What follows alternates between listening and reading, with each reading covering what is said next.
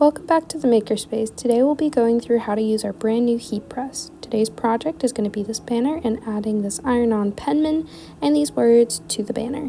First things first, you're going to want to make sure what your material is made of. Once you know your material, you can refer to the back of our instruction sheet. It has all the materials, the temp, and the time allocated to that material. Mine's cotton, so I'll be doing 380 for 15 seconds. You can then use the switch on the left side of the machine to turn on the heat press.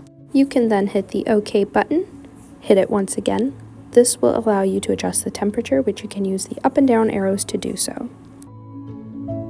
When you're done with that, you can hit the OK button again and you'll be prompted to change the time, which again, use the up and down arrows to do so. Hit OK once again and the machine will start heating up.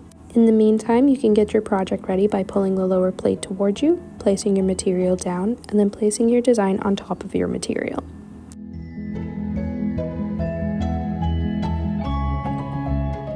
You can then use this heat-resistant tape to keep your design secure and in place. As you can see, not a lot of heat-resistant tape is needed in order to do this. We have two types of covering for your project. We have Teflon sheet and parchment paper. Parchment paper is better for printable vinyl, and Teflon sheet is better for pretty much everything else, and I'll be using Teflon sheet today. You can add the Teflon sheet on top of your project and push the lower plate back to its original place. Once you start hearing the beeping, that means the machine has reached its desired temperature. You can then close the machine and it will magnetically lock. If for some reason you want to open it up before it's done, hit the red button on the right side and the machine will open.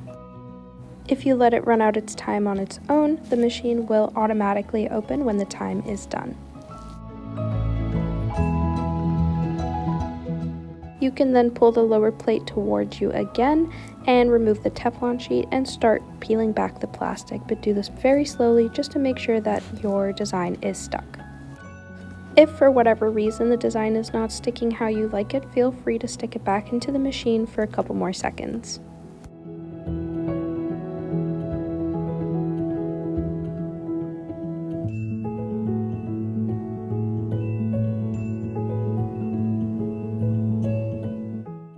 And there you have it, our completed project. Please make sure to return the lower plate to its original place and turn off the machine.